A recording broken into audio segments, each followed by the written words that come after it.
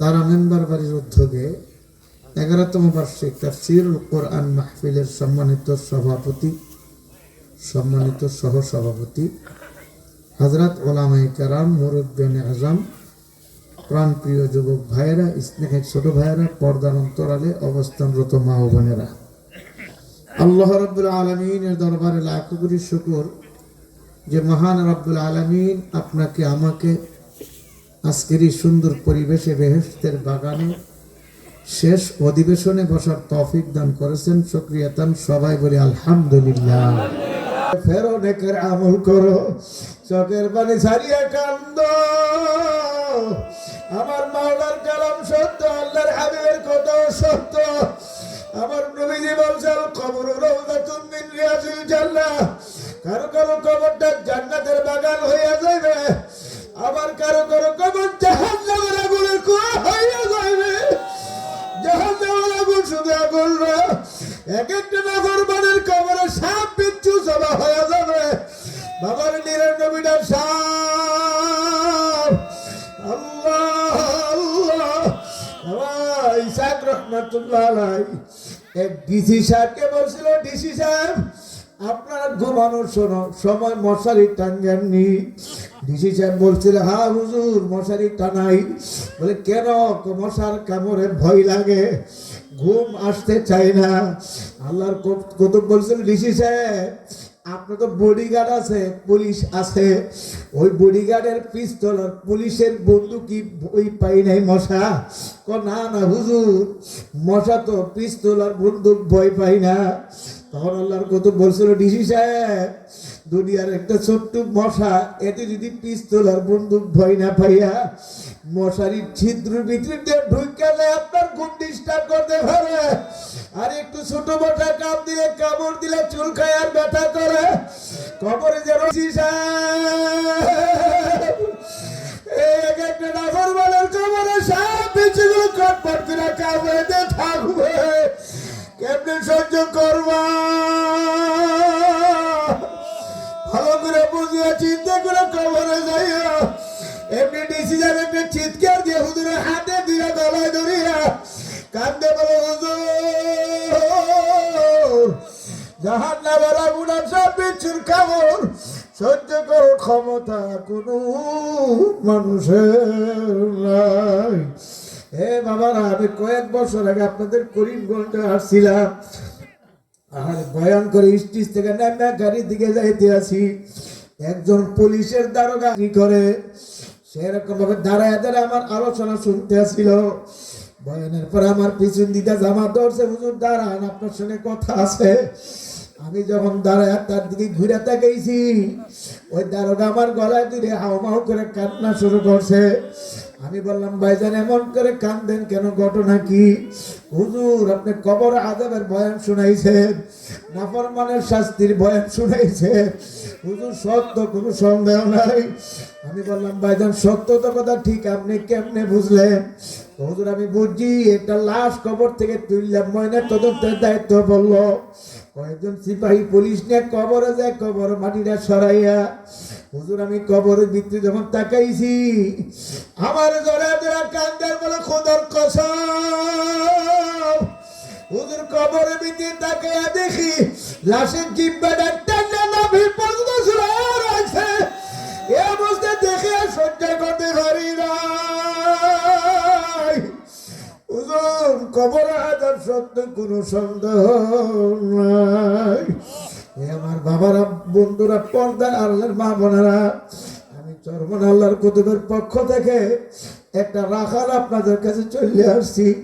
পায়ের নিচে হাত রেখে বলিয়া থাইয়া যায়, এখনো সময় আছে, ফেরেন আমার মাওলার দরবারে ফেরেন, খাস ভাবে তওবা করে চোখের পানি ছাড়েন। চোখের পানি আসতে চাই না বাবা, গুনার কাজ ছাড়তে পারি না। যদি বলেন হুজুর আমার পায়ে ধরলে আমি গুনার কাজ ছাড়বো, নেকের আমল করব, আমি আপনার একবার দুইবার না 1000 বার আপনার পায়ে ধরতে রাজি। তবে গুনার কাজ ছাড়েন, নাফরমানি ছাইরা আমার মাওলার দরবারে ফেরেন, খাসভাবে যদি তওবা করিয়া মাওলার দরবারে ফেরার মতো ফেরতে পারো, আমার মাওলা বড় দয়ার মাওলা, বড় মায়ার মাওলা। আমার মাওলা কেমন দয়ার মাওলা, কেমন মায়ার মাওলা। আমার মাওলা ডাকে ইয়া ইবাদি আল্লাযীনা আসরাফু আলা আনফুসিহিম লা তাকনাতু মির রাহমাতিল্লাহ। হে গুনাহগাররা, হে বেনামাজিরা, হে হারামখোররা, হে টিভি দেখিয়ারা, হে নাফরমানরা, আমার দরবারে যদি আমার দরবারে ফিরার মতো ফিরতে পারো, তওবা করার মতো করতে পারো, আমি মাওলানা ডাক দেওয়ার মতো দিতে পারো, আমি মাওলা তোর পিছনে সব গুনাহ মাফ করিয়া দেব। বনি ইসরায়েলের যুগে এক ব্যক্তি 30 বছর পর্যন্ত ইয়া সালাম করে একটা মূর্তির সামনে দাঁড়ায় ডাকলো। 30 বছরের ভিতরে কোনোদিন সালাম নামক মূর্তি তার ডাকে জবাব দেয় নাই। একদিন সালাম ডাকতে যাইয়া ভুলে তার জবানে ইয়া সমাদ বের হয়ে গেল। আমার মাওলার একটি গুণবাচক নাম ইয়া সমাদ, হে বেপরোয়া, হে বেনিয়াজ, বেপরোয়া। যখন আমার মাওলাকে সমাদ করে ডাক দিল, এমনি আমার মাওলা জবাব দিল, লাব্বাইকা ইয়া আব্দি, হে বান্দা আমি তোর কাছে হাজির আছি। যখন সুবহানাল্লাহ। এখন বান্দার ডানে তাকাই কাউকে দেখে না, বামে তাকাই কাউকে দেখে না, সামনে পিছনে তাকাই কে বলছে আমি তোর কাছে আছি, কেউ তো দেখি নাই। এখন বলে তুমি কে, আমার কাছে এসো বলছো। এমনি আমার মালিক বলে, বান্দারে আমি তোর খালেক মালিক আল্লাহ। সবাই বলেন সুবহানাল্লাহ। এমনি আল্লাহর মধ্যে সেজদা করিও, চিৎকার করে কান্দার বলে, মালিক এমন দয়াল মাওলারে ভুলি আমি কার পাগল হইলাম। 30 বছরে তো টাকা ডাকলাম সালাম রে, এই সালাম আমার ডাকে জবাব দেই না। আর তুমি কেমন দয়ার মাওলা, তোমার একটা ডাক দিলাম ভুলিয়া সবাইকে ডাক দিছি, এতে তুমি দয়ার মালিক আমার ডাকে জবাব দিছ। আল্লাহ এমন দয়ার মাওলারে ভোলা যায় না, এমন মাওলার দয়ার দরবার ছাড়তে পারা না। এ বাবার, আমার মালিক বড় দয়ার মাওলা, বড় মায়ার মাওলা। আমার মাওলা তো বন্দাবান্দি দিকে চায়া রইছে, কখন বন্দাবান্দি আমার আল্লাহকে আল্লাহ করে ডাক দিয়ে জোরে কোন আল্লাহ, আর জোরে কোন আল্লাহ, আল্লাহ। আমার মালিক যখন দেখে বন্দাবান্দি আল্লাহকে ডাকে, আমার মাওলার কুদরতি দিলের মধ্যে মহাব্বতের জুস উঠিয়া যায়, রহমতের সাগরের ঢেউ উঠিয়া যায়। আমার মালিক তখন বন্দাবান্দিকে মাফ না করিয়া পারে না, এজন্য বাদান চোখের পানি আসে না, গুনার কাজও ছাড়তে পারি না। এজন্য আমার মাওলা 1450 বছর আগে পরামর্শ দিছে, ইয়া আইয়ুহাল্লাযীনা আমানুত্তাকুল্লাহ, হে ঈমানদাররা, হে মুমিনেরা, তোমরা আল্লাহকে ভয় করো। আমার মনের সাথে সাথে পরামর্শ দিছে, ওয়াকুনু মা'আস সাদিকিন, এবং সত্যবাদীদের সঙ্গী হয়ে যাও, নেককার সত্যবাদীদের সঙ্গী হয়ে যাও। অর্থাৎ কিতাবের ব্যাখ্যায়, এই আয়াতের ব্যাখ্যায় লেখে, যে কোনো হক্কানি আল্লাহর ওলি পীর মাশায়েখদের সহবত অবলম্বন করে ওই আল্লাহর ওলিদের পরামর্শ নিয়ে আমল করতে থাকলে পাথুরিয়া দিল মোমের মতো নরম হইবে, দিলের ভিতরে ঈমানের নূর পয়দা হবে, আমার মালিকের মহব্বত পয়দা হবে, ঈমান আমল এত সুন্দর হবে, তো মজবুত হবে। শয়তান যদি পাহাড়ও টলাইতে পারে, ঈমান টলাইতে পারবে না। যুরকুন সুবহানাল্লাহ। আমারে কত মুজাহিদ, চরমনের মুজাহিদকে দেখছি ঈমানের সাথে মৃত্যুবরণ করছে। বাবারে মুরাদনগর গেছিলাম, কুমিল্লা যারা বিডিআর চাকরি করতেন মুজাহিদ, চরমনের মুজাহিদ, জিকির হালতে ইন্তেকাল করছে।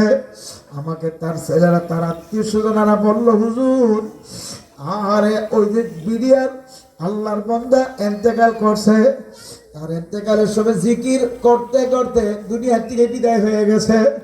ওই যে কুড়িগ্রামের গগু মুন্সি ভর্তি পরে তার কবর থেকে লাশটা তোর তাদের কাপড়ের কাপড় সব পাওয়া গেছে। বাবারে 32 বছর পরে যিনি তারে মাটি দিছে, এরকম লোক আমার সঙ্গে রংপুর থেকে গাড়িতে ঢাকা আসছিল, বলছিল হুজুর ওই যে গুড সময় মাওলার জিকির করতেন, হাঁটতে চলতে ফিরতে সব সময় জিকির করতেন, বাজারে যাই জিকির করে, মসজিদে যাই জিকির করে। তার এতেকালের 32 বছর পরে নদীর ভাঙ্গনে কবরটা ভাঙ্গা লাশটা নদীতে চলে আসছে। হুজুর ওই লাশটাকে আমরা ফজলুল করিম রহমাতুল্লাহ মাদ্রাসায় দাফন করছি। হুজুর আমি নিজে ছিলাম তখন, তিনি আমার কাছে বলছিল হুজুর 32 বছর আগে যে দাড়ির মধ্যে মেহেন্দি লাগাইছিল সে মেহেন্দি পর্যন্ত যাই নাই। এ বাবারা, আমাদের বিবারিয়া জেলার নবীনগর থানা কুড়িগড় গ্রাম, আমার গ্রামের পাশেই গ্রাম, গেছিলাম মাহফিল করতে। আমাকে এক মুজাহিদ বলে হুজুর এই কবরে একজন আল্লাহর ওলি ঘুমায় রয়েছে, জিয়ারত কইরা যান। আমি বললাম আল্লাহর ওলি কে, তার পরিচয় কি? হুজুর আমরা কেউ তাকে চিনি না। আমি বললাম আল্লাহর ওলি যে কেমনে জানলেন? হুজুর একটা বাচ্চা মারা যাওয়ার পরে ওই বাচ্চারা মাটি দেওয়ার জন্য কবর করতে যারা গেছে, কবর করতে যে লাশটা পাইছে, লাশটা পায়ে দেখে মুরব্বীর লাশ, একেবারে তরতাজা চেহারা, ধপধপ করতেছে। সুবহানাল্লাহ। ওই গ্রামে একটি মেশকাত পর্যন্ত মাদ্রাসা আছে, মাদ্রাসার বর্তমান মুহতামিম সাহেব তিনি আমার কাছে ঘটনাটা বলছে হুজুর আমরা খবর পাই, আমরা জলদি উস্তাদরা ছাত্ররা মাদ্রাসা থেকে আমরা কবরস্থানে গেলাম, কবরস্থানে যাই আমরা দেখছি লাশটা। হুজুর বলে আমি হাতে পায়ে নখগুলো দেখলাম, হুজুর একটা নখ মরা না, যেন তরতাজা নখ। দাড়িগুলো ধরলাম, মাথার চুলে ধরলাম, একটা দাড়ির চুল মাথার চুল ছিল না। এমনকি হুজুর আমাদের 80, 90, 95 বছর বয়সের লোকদেরকে নিয়ে আমরা দেখাইলাম, কেউ তাকে চিনে না, দেখছেও না। এতে বোঝা গেল 100 বছর আগের লাশ হইবে, একেবারে তরতাজা লাশ। সুবহানাল্লাহ। এবার আবার কত কবরে হাড্ডি পর্যন্ত গলিয়া যায়। আজি বাবা, এই অবস্থায় কিয়ামত পর্যন্ত চলতে থাকবে। বাবা ইমান আমল নিয়ে কে রওনা করছো না করছো, একটু হিসাব নিকাশ মিলায় তারপর কবরে যাওয়া লাগবে। আমার জন্য দোয়া আছে, আমিও দোয়া করি, সবাই সবার জন্য দোয়া করেন। মাওলা যেন আমাদের সবাইকে গুনার কাছে নেকের আমল করিয়া চোখের পানি নিয়ে কবর দেওয়ার তৌফিক দিয়া দেন। বাবার বিখ্যাত নাম কি, ফলে পরিচয় চরমনায় বুঝি না, চরমনের অ্যাডভার্টাইজ প্রচার প্রশংসার জন্য আমি আসি নাই।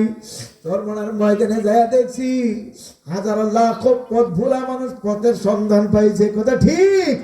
বাবার চরমনার দাওয়াত দিয়া যায়, মা ফিরে যাওয়ার জন্য দাওয়াত দিয়া যায়। আমার জন্য দোয়া চাই, আমিও দোয়া করি। আল্লাহ সবার জন্য দোয়া করে। আর আপনাদেরকে একটা মেসেজ দিয়ে কথা বললা যাই, বাবা শুধুমাত্র নামাজ পড়লাম, জিকির আজকার করলাম, রোজা রাখলাম, গুনাহ থেকে বাঁচলাম না, এতে কিন্তু আমি জান্নাতের পথে যাইতে পারবো না। নেকের আমল করা লাগবে, গুনাহ থেকেও বাঁচা লাগবে, ঠিক নেই? অর্থাৎ সামনে 12 ফেব্রুয়ারি আসতেছে, খবরদার আপনার একটা গুড রায়ের মাধ্যমে যদি একটা চুর বাটপার, একটা লুটতরাজ, সন্ত্রাস, দুর্নীতিবাজ, একটা চান্দাবাজ যদি ফাঁস হইয়া সংসদে জনগণের অর্থ, জনগণের বরাদ্দকৃত টাকা, বরাদ্দকৃত অর্থ যদি লুটতরাজ করে বিদেশে পাচার করে, এর একটা গুনার অংশ আপনার আমল নামায় আসবে, কথা ঠিক? গুনার থেকে বাঁচার জন্য সুচিন্তিত মতামত হক্কানি আল্লাহওয়ালা, হক্কানি পীর মাসেক, হক্কানি আলেম, আলে হক যাদের, যারা লুটতরাজ করবে না, জনগণের মান লুট করবে না, চুরি করবে না, এমন একজন ব্যক্তিকে বাছাই করে ভোট দেওয়া লাগবে, ঠিক নেই? আল্লাহ